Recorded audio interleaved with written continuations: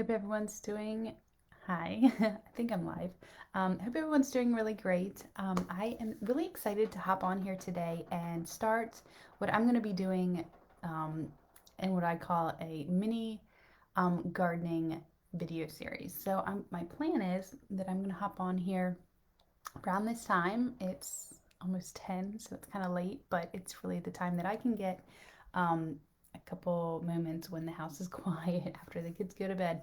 So I'm going to be doing over the next couple days a couple videos that I'm hoping will help you get excited and inspired and motivated to start your own garden this year. I'm going to have a different topic each day, and I really hope that this helps really cement in your mind that having a garden is a really great thing to be doing this year. So today, in my first video, I'm going to be talking about the self-reliance movement that is going on, especially this year, and why this year is the best year to start a garden.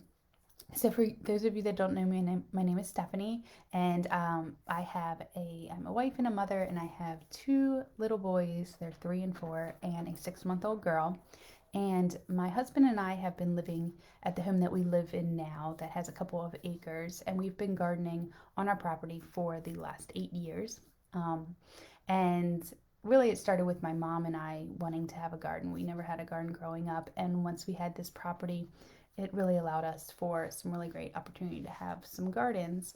And the first year that we had it, we really had no idea what we were doing. But we kind of took on the project as we normally do, my mom and I, which is to just jump in feet first, not knowing what the heck we're doing, no research, no planning, just drives my husband crazy. But that's how we start our projects. And that's what we did. And we really learned a lot that year because we went overboard. We planted everything that we could think of that even sounded remotely interesting. And we had what you would expect, which was not a very successful garden. We had a lot of plant disease, a lot of pests, a lot of just dead plants, except for our cucumbers. We had tons of cucumbers that we didn't even really know what to do with. So, what I'm saying is that we've come a long way since that 8 years ago. We've had a garden since that in some kind of form or another throughout the years, and we've continued to expand and grow. So this year we're even taking it up an extra notch. We're really focusing on starting most of our plants from seed, and then our also focus is to propagate or have seeds at the end and save our own seeds, which we've never really done in the past. So that's kind of our goal this year.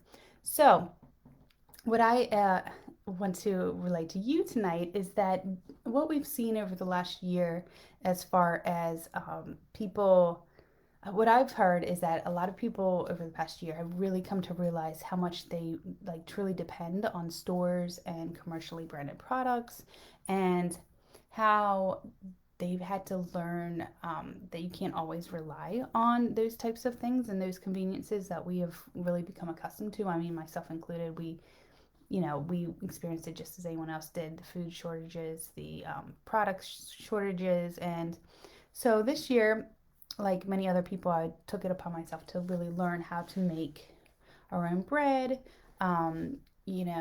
make our own cleaning products, which I do all of our cleaning products now, never buy another cleaning product. Um, but just kind of having to give up those things like eating out or frequent shopping trips and really become more self-reliant and confident in our own abilities and less dependent on other people and stores and those types of things.